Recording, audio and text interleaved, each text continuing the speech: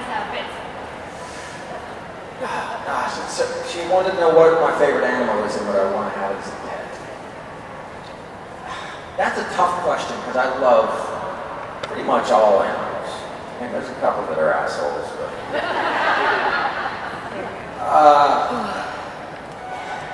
first of all, I don't have any pets. But there's has anybody seen Valentino? Yeah! Okay, so Valentino was a wild bluebird who visited me on a daily basis for 2 years. I keep my door open, and he just appeared one day on the doorstep, and then I saw him like really in the middle of the doorstep, like, and I'm sitting on my couch, just like, come on in. Walking around, he's looking around. I have my phone, started recording him, and looking around, he's looking at paintings, looked at me, went back, like, flew away. Next day, I put out some pine nuts for him, and came back the next day, comes in, jumps up on the table, eats the pine nuts, looks around, flies back out. My mind is blown. So I started recording his visits, and I also noticed like what it was doing to me. It was just a really profound experience for me, especially at that time in my life. And I would sit very still with the pine nuts in my hand, and I would slowly start to take away where I would leave them and put like one, and then the majority of them would be in my hand. And I'd sit there with my coffee in the morning, and he'd come in, and I'd watch him fly around, looking for where all the pine nuts that used to be there were, and then he'd see this, and he'd get close to my hand and fly away. Well, this went on for about a month, until finally he started eating out of my hand. And he came back, like I said, he would come daily, and then sometimes he'd disappear for a couple of weeks, sometimes a month, sometimes 2 months, and then he'd always come back. And I ended up making a short film about it, about the whole experience. And I put some writing over top of it. My neighbor, who's an adorable 8-year-old girl, she did the narration. And it just walks you through what I went through during that experience, and I think what a lot of people probably would have gone through had they did that themselves. So I never wanted him as a pet, though. I never considered him a pet. I just considered him a wild friend who would come and visit me.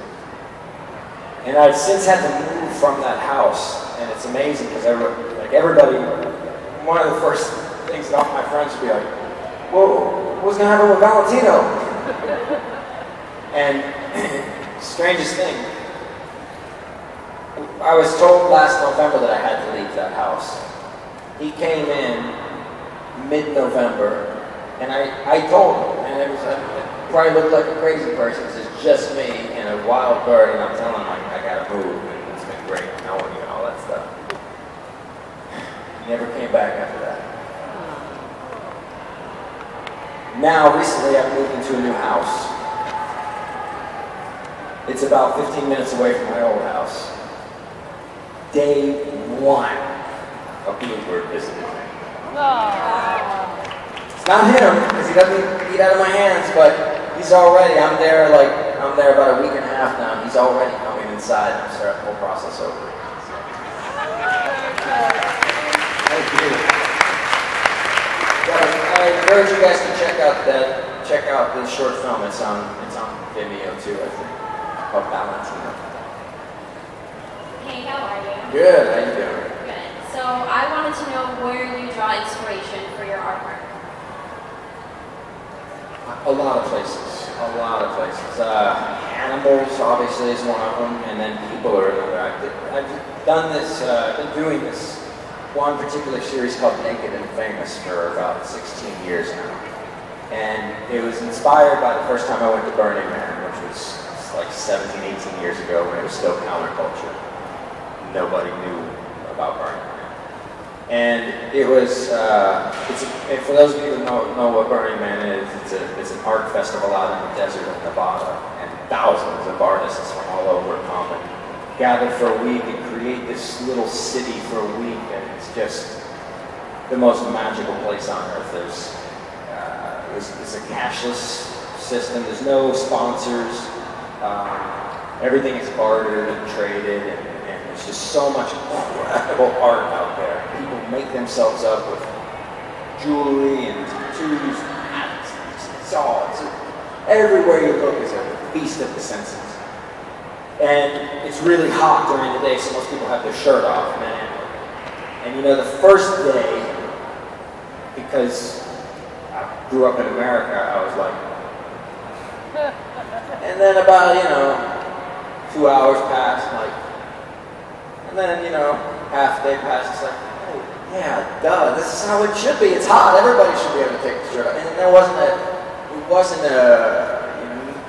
wasn't sexualized at all. So then I started doing this series when I got back from Burning Man called Naked and Famous, where everybody would come and friends that I knew would take off their shirt and whatever accoutrements they had, jewelry, hats, whatever, tattoos, and they would stand, heart open, and I would paint them.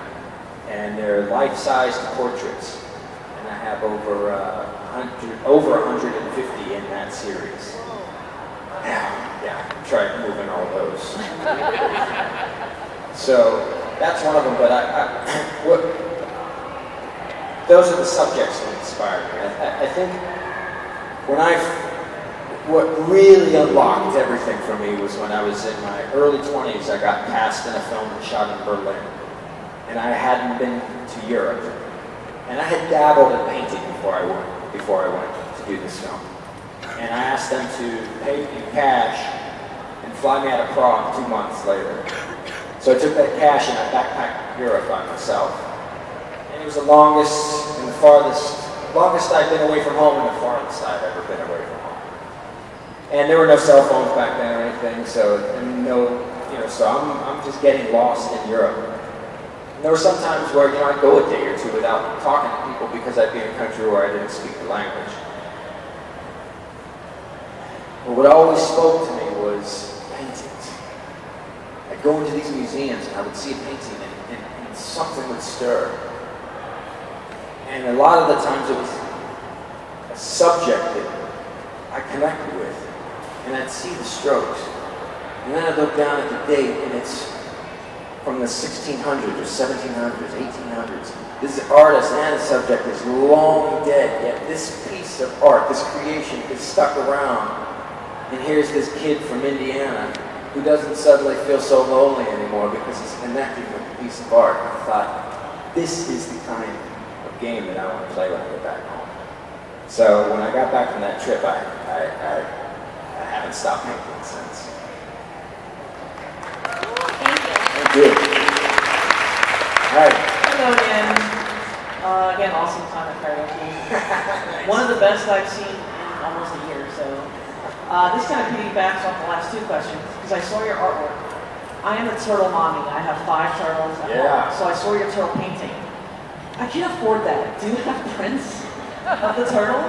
Unfortunately, I don't have prints of the turtle. No.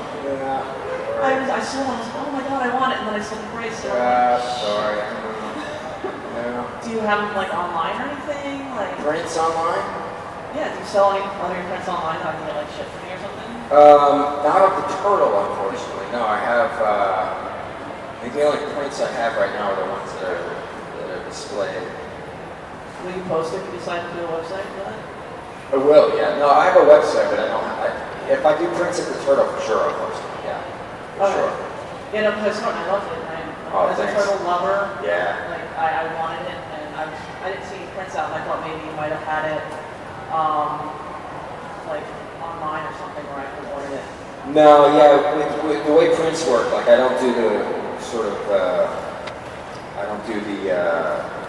made to order ones, or whatever that is. The custom orders? Yeah, the custom orders, because you do archival prints and it's a whole process to get it to where it's and I tried to do this, I went to this one company and They would, like, you could take any of the paintings and get a print, and I got it back, and the quality was just shit. So, I don't, yeah. Because the turtle was a red air slider, and 4 of my Yeah. 5 are red air sliders. Nice. I used to catch those growing up in Indiana. In ponds. You can't catch them where I am, but I got them from my cousin who worked at Petco, so she, at one time I had like 7. I'm like, stop. Oh, wow. I don't have much space. Yeah. And where I used to live, the house that I moved out of, there's a lake there in Echo Park, California. Tons of red sliders there. And that's where I took the picture of that one. Oh, okay. Yeah. I was just wondering. I'll keep an eye on your Twitter to see if anything pops up. Okay, cool. Thank